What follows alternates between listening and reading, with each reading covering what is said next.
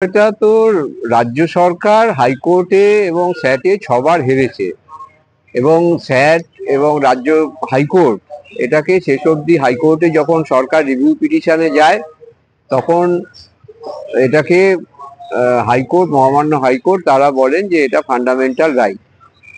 এবারে রাজ্য সরকার সেইটা সন্তুষ্ট না হয়ে রাজ্য সরকার সুপ্রিম কোর্টে চলে যায়। তো এই যে রাজ্যের জনগণের করের টাকা কোটি কোটি টাকা খরচ করছে রাজ্য সরকার, এর কোনো যৌক্তিকতা নেই। কারণ এই যে রাজ্য সরকারি কর্মচারীদের পুরো টাকা 2009 সালে থেকে আজ থেকে 16 বছর আগে কেন্দ্রীয় সরকার অর্থ কমিশনের মারফত রাজ্য সরকারি কর্মচারীদের পুরো টাকা মহার্ঘ ভাতা বাবদ দিয়ে দিয়েছে এবং বোর্ড কর্পোরেশন পঞ্চায়েত শিক্ষকদের 60% টাকা দিয়ে দিয়েছে।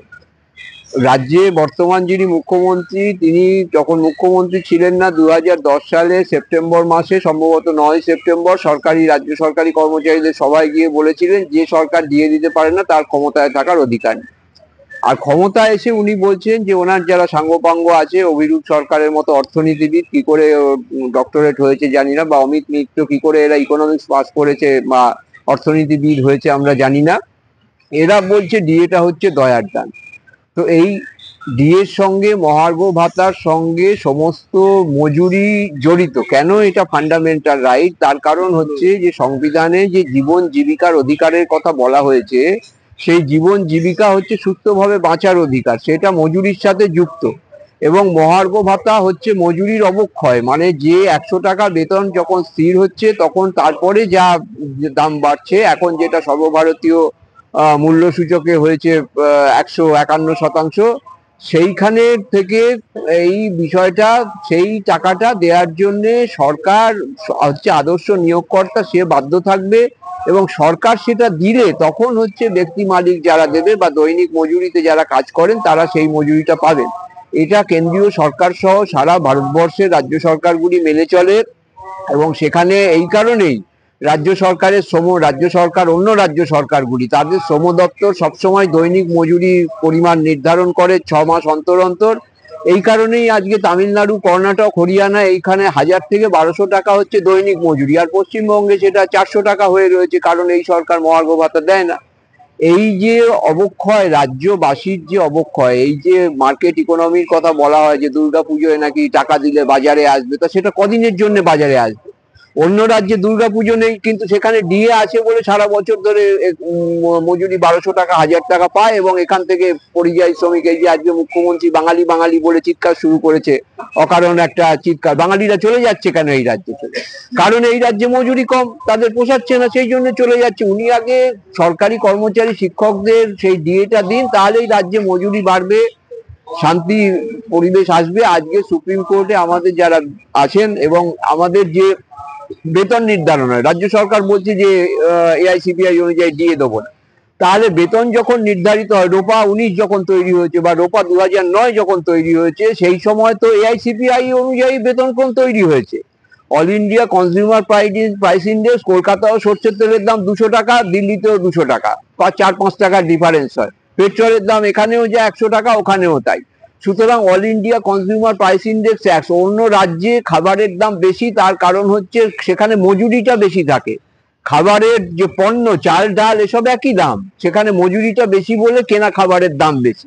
এই বিষয়ে রাজ্যে যারা রয়েছে, বড় বড় অর্থনীতিবিদ, অমিত মিত্র 2.5 লাখ টাকা উনি মাসে বেতন পান, উনি সরকারকে কি পরামর্শ দিচ্ছেন জানি না, জনগণের করের টাকা নিয়ে যাচ্ছেন। অভিরূপ সরকার মিথ্যে পরামর্শ দিচ্ছেন, অভিরূপ সরকার আবার all India consumer price index অনুযায়ী ডিও নিয়েছেন আইএসআই থেকে।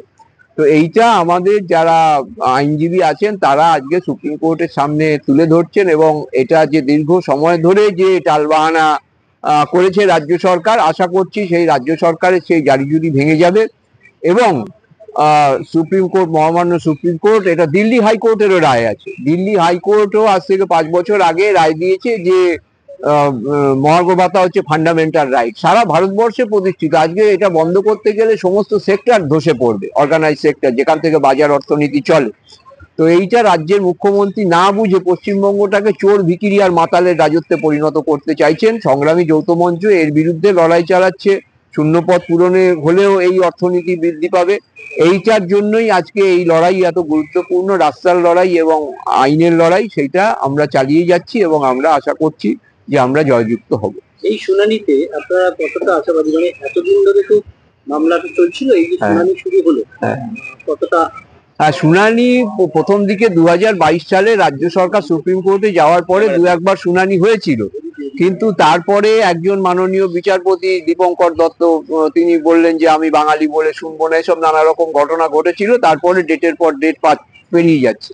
এরপরে সংগ্রামী যৌথ মঞ্চ সিদ্ধান্ত নেয় যে এই মামলায় তারা ঢুকবে এবং ইমপ্লিটমেন্ট এর জায়গা থেকে আমরা ঢুকি, যে আমরা ইমপ্লিট করতে পারবো, আমরা অ্যাডিশনাল পার্টি হব না, আমরা মামলাকে ডিস্টার্বও করতে চাইনি, মামলা পিছিয়ে যাক এই জন্য জোর করে ঢুকতেও চাইনি মামলায়। এবার সেই ইমপ্লিটমেন্টের জন্য আজকে আমাদের সুপ্রিম কোর্টের প্রখ্যাত আইনজীবী গোপাল